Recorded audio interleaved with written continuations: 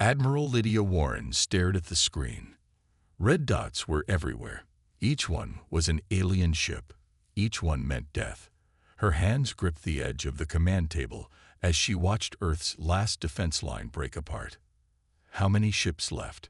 she asked, her voice steady despite the chaos. "Under 20%, Admiral," said Officer Paul Rogers. His face was pale. "Most of them damaged. We can't hold much longer." Lydia nodded. The massive alien ships, the hegemony fleet, pushed forward through the gap they had created. Earth ships scattered, running away in all directions. It looked like panic. It looked like defeat. "Send the signal," she ordered. Paul hesitated only a second before pressing the command. A single pulse went out to all remaining Earth ships. "Re-T-R-E-A-T P-R-O-T-O K-O-L Omega." On screens across the solar system, humans watched their last defenders turn and flee. Some cried. Some prayed. Some simply stood in silence, waiting for the end. 3 years of brutal war against the alien hegemony had led to this moment. Aboard the massive hegemony command vessel, Fleet Overseer Kazat's 4 eyes blinked in sequence, a sign of pleasure in his species. His gray, scaled skin rippled as he moved his upper limbs in a ceremonial pattern. "The humans break and run," he announced to his officers. "As expected. Their primitive technology and emotional minds make defeat inevitable. Prepare the terms of surrender. We will accept nothing less than total submission." Sub-Commander Larex approached with a datapad. "Should we pursue their retreating vessels?" "No," Kazat said. "Let them flee. They have nowhere to go. This system belongs to the hegemony now. Begin landing operations on their world." The massive alien ships moved into Earth orbit. Their shadow fell across cities and oceans. Weapons capable of turning continents to ash pointed down at humanity's home. But far from Earth, deep beneath the surface of the moon, different orders were being received. Commander Alan Hayes walked through a massive underground dock that stretched for miles. Around him, crews rushed to final positions. Engineers completed last checks. Weapons officers loaded missile bays and charged energy banks. "Status report," Hayes called out as he entered the command center of the UES Vindicator. Lieutenant Diane Miller looked up from her station. "All 27 Dreadnoughts report ready, Commander. Operation Lazarus is green across the board." Hayes nodded and looked at the massive display, showing the positions of the Dreadnoughts hidden throughout the solar system. Some were concealed in Jupiter's radiation belts. Others waited in dimensional pockets near Neptune. 3, including his Vindicator, had been built inside the moon itself, invisible to hegemony scanners. "The hegemony took the bait," Hayes said to his bridge crew. "They think they've destroyed our fleet. They think we're beaten." He walked to the captain's chair and sat down. The ship hummed with power around him. The Vindicator was over 3 kilometers long, armed with weapons reverse-engineered from earlier hegemony encounters. It had never been deployed. Until now. "This is what we've planned for 3 years," Hayes continued. "Earth's visible forces were only the first layer, a calculated sacrifice to bring the enemy into position. On the lunar surface above them, massive doors began to slide open, revealing the void of space. "Begin power-up sequence," Hayes ordered. "Prepare for emergence." Throughout the solar system, other commanders gave similar orders. Giant engines came to life. Weapon systems charged. Shield generators activated. "Sir, the hegemony is broadcasting terms of surrender to Earth," reported Communications Officer Josh Bennett. Hayes smiled grimly. "They're about to learn that humanity doesn't surrender. Send the coded signal to Admiral Warren on Earth. Lazarus rises." The UES Vindicator lifted slowly from its hidden dock, moving up toward the stars. Its massive form emerged from the lunar surface like a mountain rising from the sea. In Earth orbit, one of Kazat's junior officers interrupted his victory speech. "Overseer, massive energy signatures detected. Multiple locations throughout the system." Kazat turned, his confidence suddenly shaken. "What signatures? Where? The tactical display showed impossible readings. 27 massive vessels, larger than anything humans had previously fielded, were appearing across the solar system. On the bridge of the Vindicator, Commander Hayes gave the order that would change the war forever. All Dreadnoughts, execute Operation Thunderstrike. Show them humanity's true strength. Captain Samantha Collins stood on the bridge of the UES Defiance. Her hand rested on the command chair as she watched the massive engines power up. Lights flickered on across the 3-kilometer-long ship. The floor hummed beneath her feet. All systems coming online, Captain, said Officer Greg Hawkins. His fingers moved quickly over the glowing controls. Weapons at 97%. Shields at full capacity. Samantha nodded. She had waited 5 years for this moment. The Defiance had been built in secret, deep in an asteroid belt between Mars and Jupiter. Now it was time to show the enemy what humans could really do. Status of the fleet, she asked. All 27 Dreadnoughts report ready, Greg replied. The Vindicator has already emerged from the moon, waiting on your order to join formation. Samantha took a deep breath. Engage quantum drive. Bring us out of hiding. The massive ship shuddered. Space bent around them. In seconds, the Defiance moved from its hidden dock to a position near Earth orbit. On the planet below, General Frank Winters addressed the remaining military leaders in an underground bunker. Maps and screens showed the hegemony ships in orbit. The room was tense. Many thought this was their final meeting before surrender. The aliens believe they've won, Frank said calmly. They think our ships retreating means we've given up. That was always the plan. A young officer stood up. You wanted us to lose thousands of ships. Millions of soldiers. Frank's face showed pain, but his voice remained steady. We needed the hegemony to think our technology was far behind theirs. We needed them to think we were easy to beat, so they would get careless. The screens suddenly changed. New symbols appeared. Massive human ships moving into attack positions. The room fell silent. Those are ours, someone whispered. The real Earth fleet, Frank said with a hard smile. Built in secret while our regular forces kept the hegemony busy. Now they'll learn what happens when you cornered humans. In space, the Dreadnoughts moved with surprising speed for such large vessels. Their revolutionary engines allowed them to travel vast distances in minutes instead of hours. They formed a circle around the unprepared hegemony fleet. On the alien command ship, panic spread quickly. Overseer Kazat rushed to the bridge as alarms blared. What are those vessels? He demanded, his scales darkening with fear. Where did they come from? Sub-Commander Lurex worked frantically at the scanner station. Unknown, Overseer. They were not there moments ago. Their size, it's impossible. Humans don't have this technology. Prepare for battle. Kazat ordered. Move our ships into defensive formation. But it was too late. The hegemony ships were still arranged for a victory parade, not combat. They were packed too closely together. Their weapon systems were at minimum power. They had been celebrating too soon. Admiral Lydia Warren's voice came through on all channels of the human fleet. All Dreadnoughts. Execute Operation Thunderstrike. Fire main cannons. 27 beams of blinding energy shot out from the human ships. Each beam hit its target with perfect accuracy.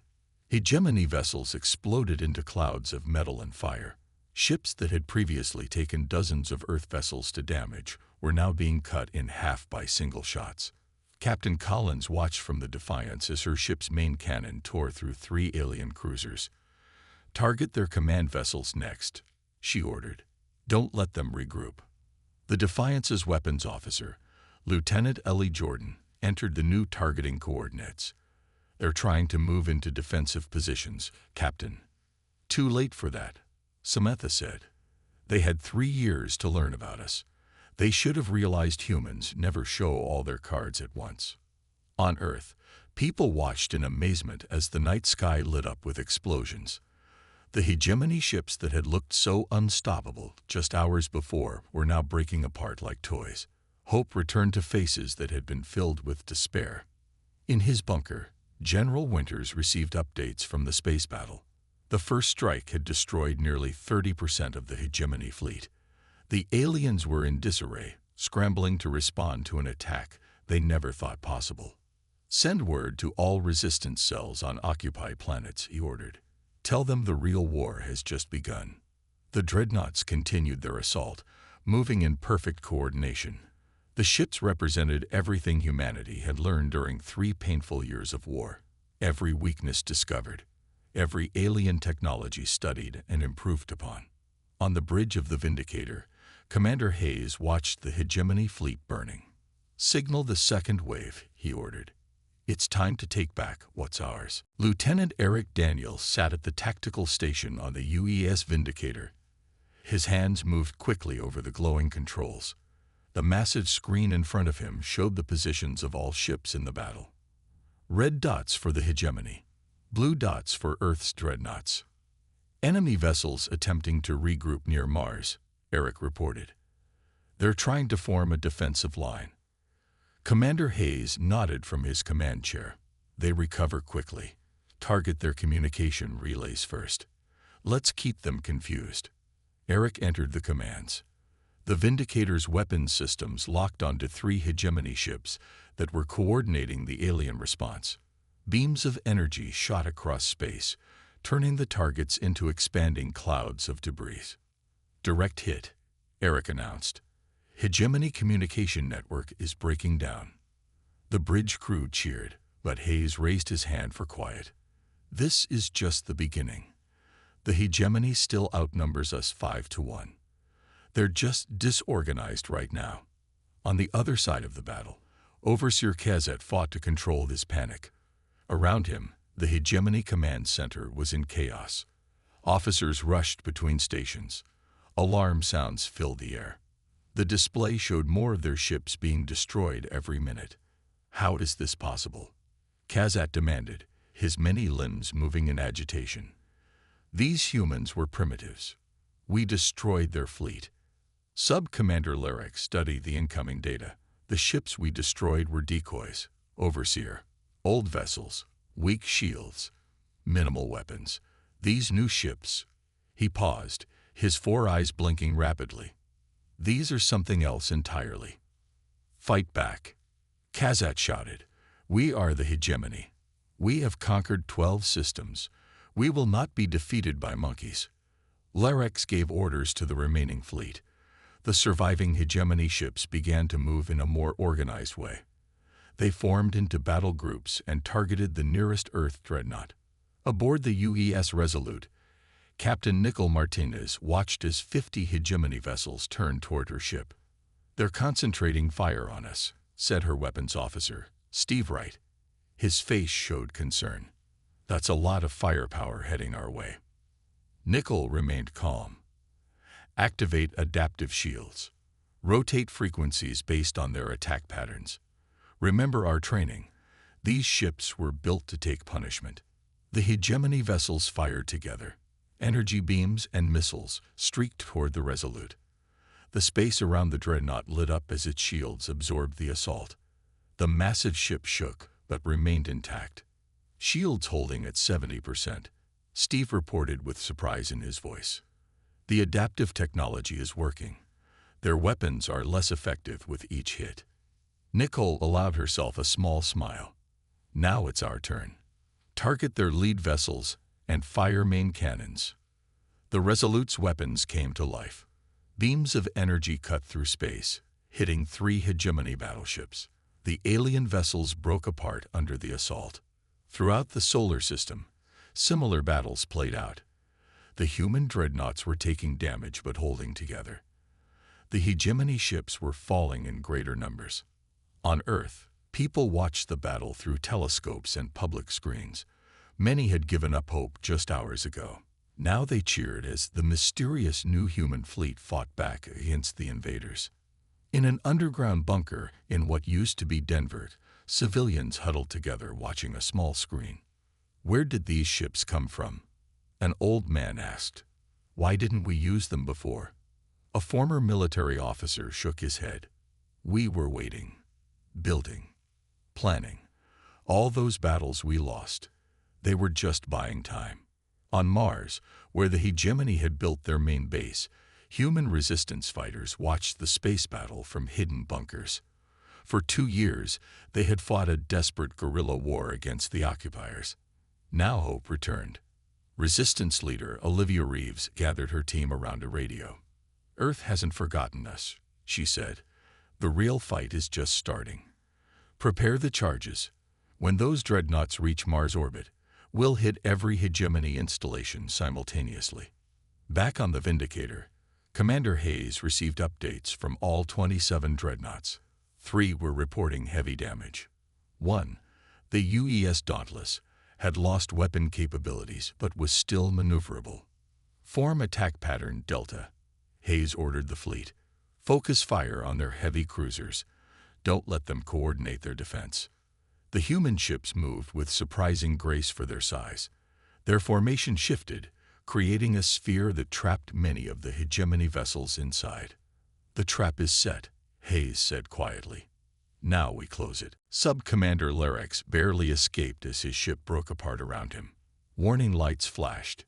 Air leaked from multiple hull breaches. The escape pod launched just seconds before the battlecruiser exploded.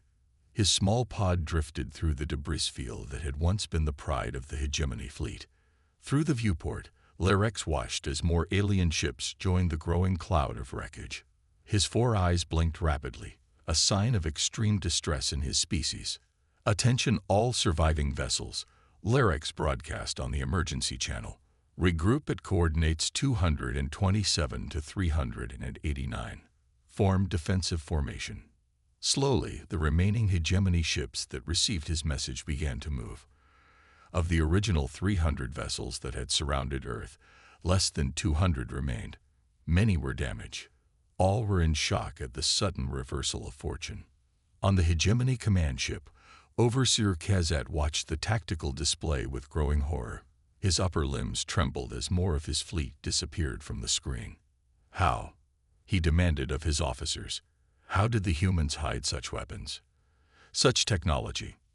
An intelligence officer approached cautiously. "Overseer, we have analyzed their new vessels.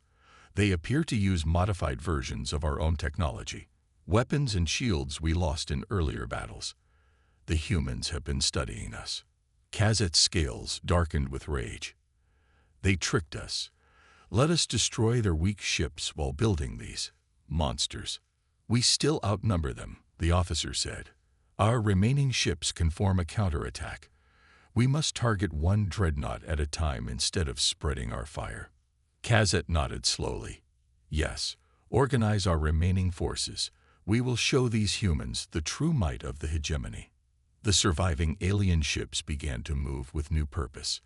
Instead of panicked, scattered responses, they formed into organized battle groups. All weapons focused on a single target, the UES Resolute. Captain Nicole Martinez felt her ship shudder as multiple energy beams hit the shield simultaneously. Warning lights flashed across her bridge. The shield indicator dropped quickly. "Shields at 40% and falling," reported Steve Wright. Sweat beaded on his forehead. "They've changed tactics. All fire concentrated on us." Nicole gripped her command chair. "Evasive maneuvers. Call for support." The massive dreadnought turned, trying to escape the concentrated fire. But the hegemony ships followed, maintaining their attack. The Resolute's shields flickered and began to fail. "Shields critical," Steve shouted. "Hull breach on decks 7 through 12. Nicole hit the emergency channel. "This is Resolute. We need immediate assistance." From across the battle, Commander Hayes saw the Resolute's predicament. "Vindicator and Defiance, form on me. We're going to help Resolute. All other ships, continue attack pattern." 3 dreadnoughts broke formation and accelerated toward the embattled Resolute. Their main cannons fired in unison, cutting through the hegemony vessels that were focusing on Nicole's ship. Aboard the Vindicator, Lieutenant Eric Daniels worked frantically at his tactical station. "Hegemony forces are adapting their strategies, sir. They're fighting smarter now." Hayes nodded grimly. They're desperate. That makes them dangerous. Target their command ships. Cut off the head. The 3 dreadnoughts plowed through the hegemony formation, creating a path to the Resolute. Alien ships exploded around them, but more moved to fill the gaps. On her damaged bridge, Captain Martinez received the welcome news. Support incoming, Captain. 3 minutes to arrival. Nicole looked at the damage reports flooding her screen. Fire crews fought blazes on multiple decks. The medical bay reported dozens of casualties. We might not have 3 minutes. Divert emergency power to the shields. We need to hold on. The Resolute shuddered again as more hegemony weapons found their mark. A support beam crashed down near the captain's chair. Part of the bridge ceiling collapsed. Captain. Steve called out as dust filled the air. Engine room reports critical damage to the main drive. Nicole wiped blood from a cut on her forehead. We're not giving up. Not after waiting 5 years to fight back. All weapons, continue firing. Target anything in range. Even damage, the Resolute's weapons were formidable. Energy beams lashed out, destroying 3 more hegemony ships. But the alien vessels kept coming, sensing weakness in their prey. On the main tactical display covering the entire battle, Admiral Lydia Warren watched from her secure command center on Earth. She saw the Resolute surrounded, fighting desperately as support raced to assist. The hegemony is learning, she said quietly to her staff. This won't be the quick victory we hoped for. Signal all dreadnoughts. Execute Phase 2. It's time to show them our full capabilities. Commander Jackson Boyd stood on the bridge of the UEA's Intrepid. The red planet Mars filled the view screen. Around the planet, hundreds of hegemony ships had gathered to defend their main base. All weapons ready, reported Weapons Officer Karen Ellis. The other dreadnoughts are in position. Jackson nodded. For 2 years, the aliens had controlled Mars. They had built factories there, training centers, launch bases for attacks against Earth. Now it was time to take it back. Remember what they did to our colonies, Jackson said to his crew. Remember the billions they killed. Today we return the favor. The Intrepid led a group of 8 dreadnoughts toward Mars. Their massive engines pushed them forward at incredible speed. On the planet's surface, hegemony sensors detected the approaching human fleet. Defensive positions. Order the alien commander in charge of Mars. Launch all fighters. Activate orbital platforms. Hundreds of small hegemony ships rose from the surface. Weapon platforms in orbit powered up. Energy shields covered key installations. The aliens had learned from their earlier surprise and were ready to fight. The 2 forces met in orbit around Mars. Energy beams cut through space. Missiles streaked between ships. Explosions lit up the darkness like new stars being born. The dreadnought UES Champion took heavy damage in the first exchange. Its front section broke apart under concentrated hegemony fire, but the human ship fought on, its remaining weapons still destroying enemy vessels. We're taking more losses than expected, Jackson told Admiral Warren over the secure channel. They were better prepared here. Stay with the plan, Warren replied from Earth Command.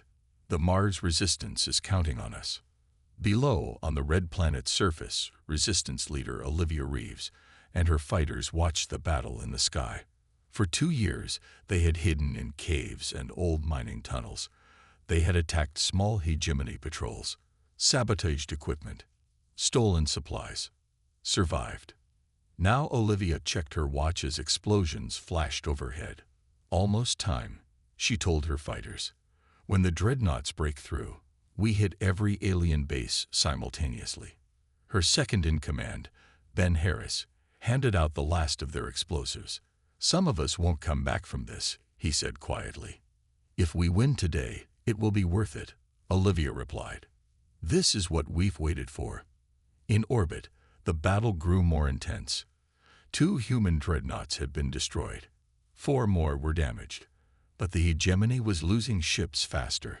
On the Intrepid, Jackson watched as the enemy lines began to break. Push forward, he ordered. Target their main command center on Olympus Mons. The human ships concentrated fire on the largest hegemony base on Mars. The mountain shook as energy beams hit the alien shields. Slowly, the protective bubble began to fail. Inside the base, the alien commander saw his defenses weakening. Send the emergency signal to Overseer Kazat. We need reinforcements. But help would not come. The hegemony fleet was scattered across the solar system, fighting for survival. Mars would have to stand alone. On her ship in Earth orbit, Admiral Warren received the update from Mars. The resistance is moving, she told her staff. All dreadnoughts, give them the cover they need. The human ships increased their attack. The hegemony defenses around Mars began to collapse under the assault. Olivia and her fighters emerged from their hiding places. They moved quickly through the red dust toward alien installations. Some carried explosives. Others had stolen hegemony weapons. All knew this was their one chance. This is Admiral Warren to all Earth forces on Mars, came the unexpected message over their emergency channel. Hold fast. Liberation is coming. Tears formed in Olivia's eyes as she heard the words. For 2 years, they had wondered if Earth had forgotten them. If anyone was still fighting. Now they knew. You heard the Admiral, she told her fighters. Let's show these aliens what happens when they mess with Mars. Across the planet, resistance cells attacked hegemony positions. Explosions rocked alien bases. Power stations went dark. Communication towers fell. Years of planning and secret preparation were finally paying off. In orbit, Jackson watched the planet light up with new explosions. The ground teams are hitting them hard, he told his crew. Let's finish this. The Intrepid's main cannon fired again, cutting through the weakened shields of the Olympus Mons base. The alien headquarters erupted in flames visible even from orbit. Mars Command Center destroyed, reported Karen with satisfaction. Enemy forces in disarray. Jackson allowed himself a small smile. Signal Earth Command. Tell them the liberation of Mars has begun. After 18 hours of non-stop fighting, both sides showed signs of exhaustion. 3 human dreadnoughts had been completely destroyed. 4 more were so damaged they had to retreat. But the hegemony had lost far more. Over 60% of their once mighty fleet was now just floating debris. Commander Alan Hayes looked at the latest battle reports on the Vindicator's main screen. His eyes were red from lack of sleep. His uniform was wrinkled. But there was satisfaction in his expression as he saw the hegemony forces in retreat across the solar system. Status update, he ordered Lieutenant Eric Daniels. Mars is mostly secure, Eric reported. Commander Boy reports resistance fighters have taken control of 7 major hegemony bases. The remaining alien forces are on the run. Hayes nodded. The battle for Mars had been costly but successful, and the main hegemony fleet scattered. Sir, they're trying to regroup near Jupiter. Overseer Kazat's command ship is among them. Hayes studied the tactical display. The aliens were running, but they weren't beaten yet. The hegemony command ship was still intact, still dangerous. Sir, said Communications Officer Josh Bennett suddenly. We're receiving a transmission from the hegemony command ship. They're requesting to speak with our leaders. Hayes raised an eyebrow in surprise. They want to talk. Put it through to Admiral Warren. But keep our weapons locked on them. This could be a trick. On Earth, Admiral Lydia Warren received the unexpected message in her command center. Her advisors gathered around as the alien transmission came through. This is Overseer Kazat of the hegemony, came the alien's voice, translated by computers. We request a temporary ceasefire to discuss terms. Lydia's face showed no emotion. Terms? You mean surrender? A negotiated peace, Kazat replied, his voice strained. This conflict has been costly for both sides. Perhaps we can find a solution, That. No, Lydia interrupted coldly. You offered no peace when you attacked our colonies. You showed no mercy at the Battle of Europa, where you killed 10,000 civilians. We do not negotiate with genocidal invaders. Her officers nodded in agreement.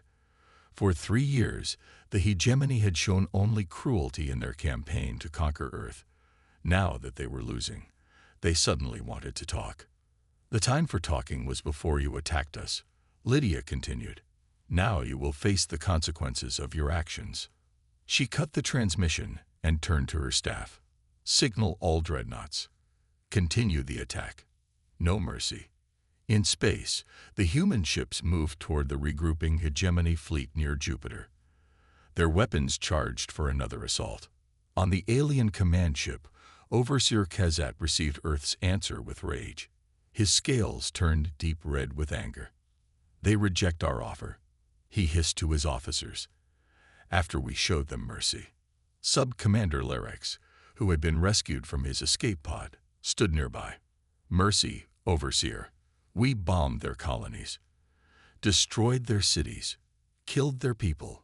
Did we ever offer them peace? Kazat turned on his subordinate. You question me now, when we face defeat. I question our understanding of these humans, Larex replied calmly. We thought them weak, primitive, but they were planning layers deep this entire time. They let us believe we were winning while building these dreadnoughts in secret. Kazat was silent for a moment, considering these words. Then determination hardened his features. If we cannot have this system, then neither shall they. Prepare our remaining destroyers for a direct attack on Earth itself. We will punish these humans one final time. 5 hegemony destroyers broke away from the main fleet. They turned toward the blue planet and accelerated to attack speed. On the Vindicator, Eric spotted the movement. Commander, 5 enemy vessels have broken formation. They're heading directly for Earth at maximum speed. Hayes studied their trajectory and felt a chill.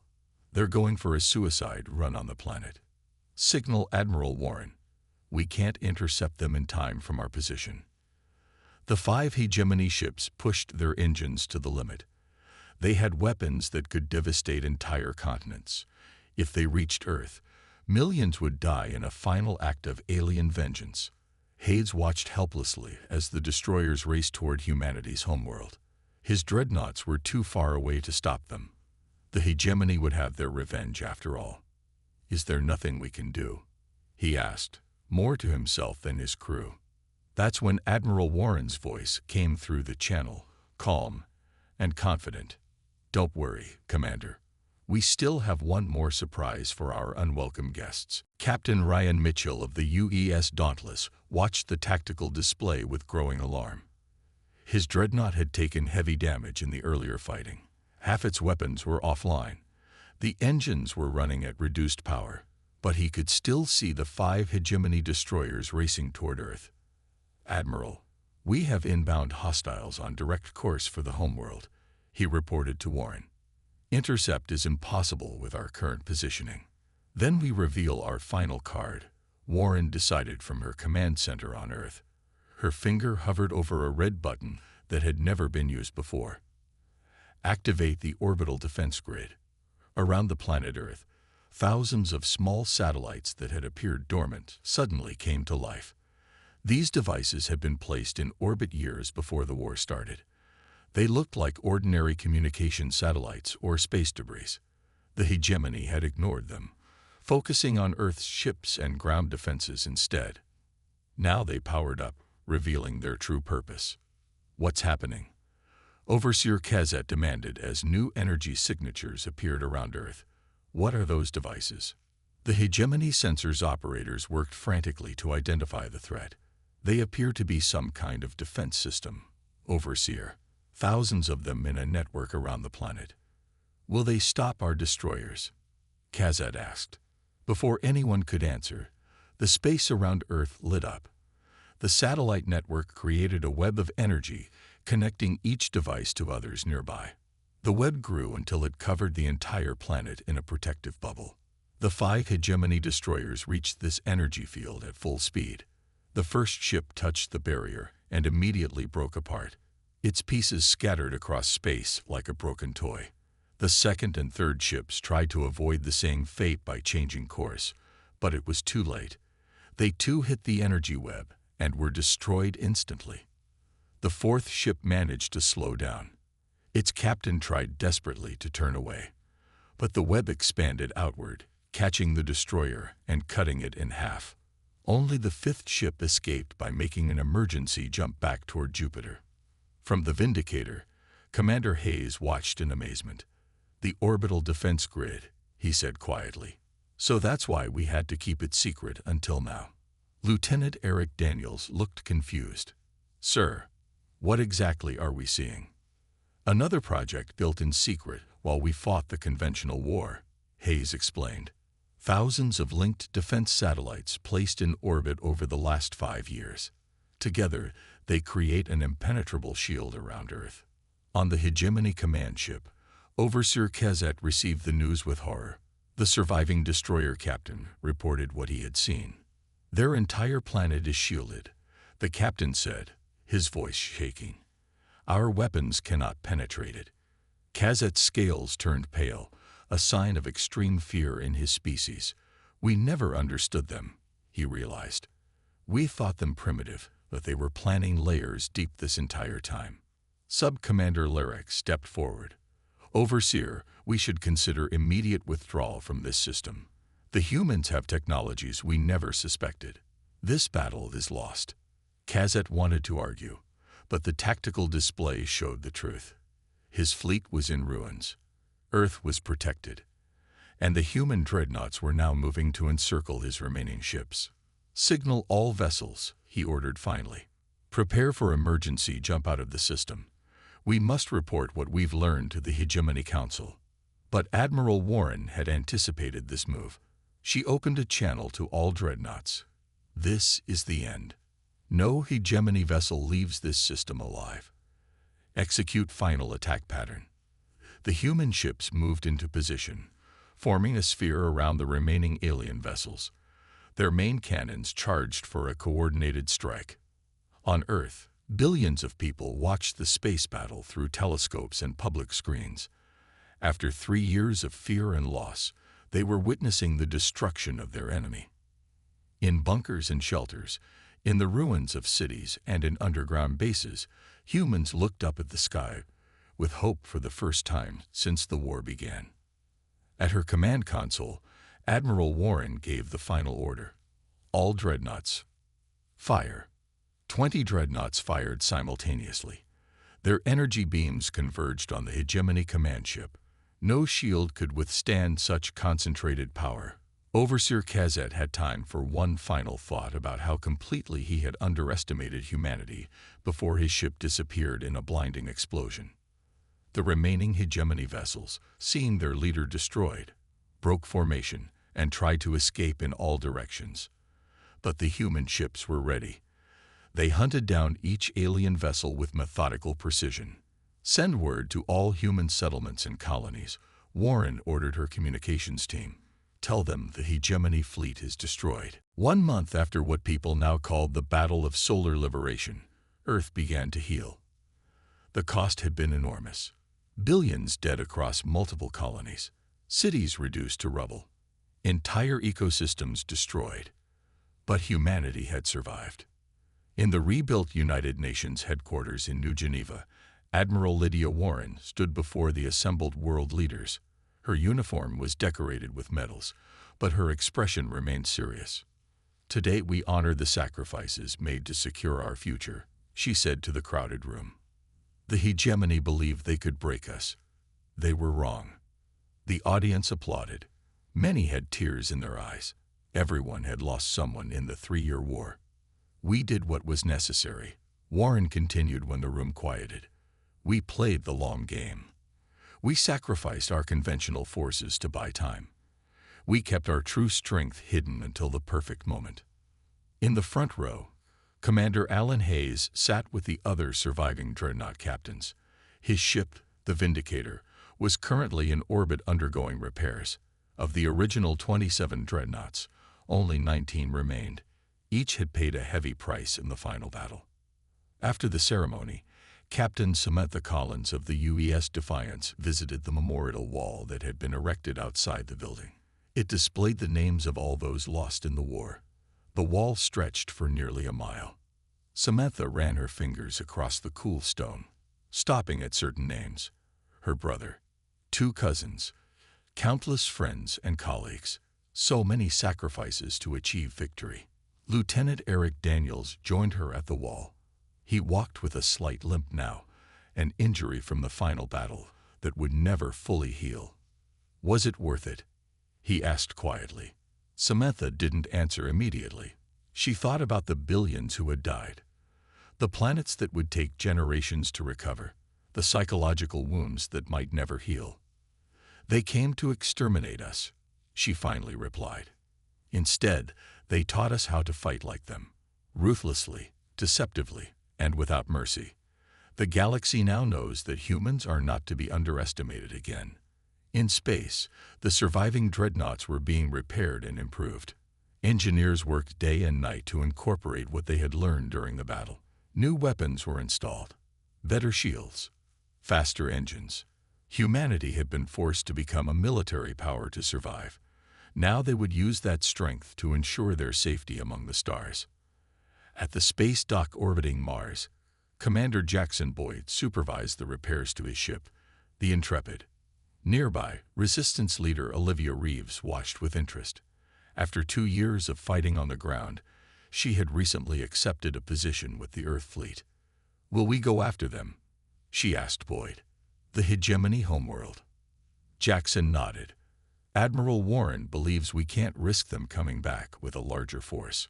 We need to make sure they understand that attacking Earth has consequences."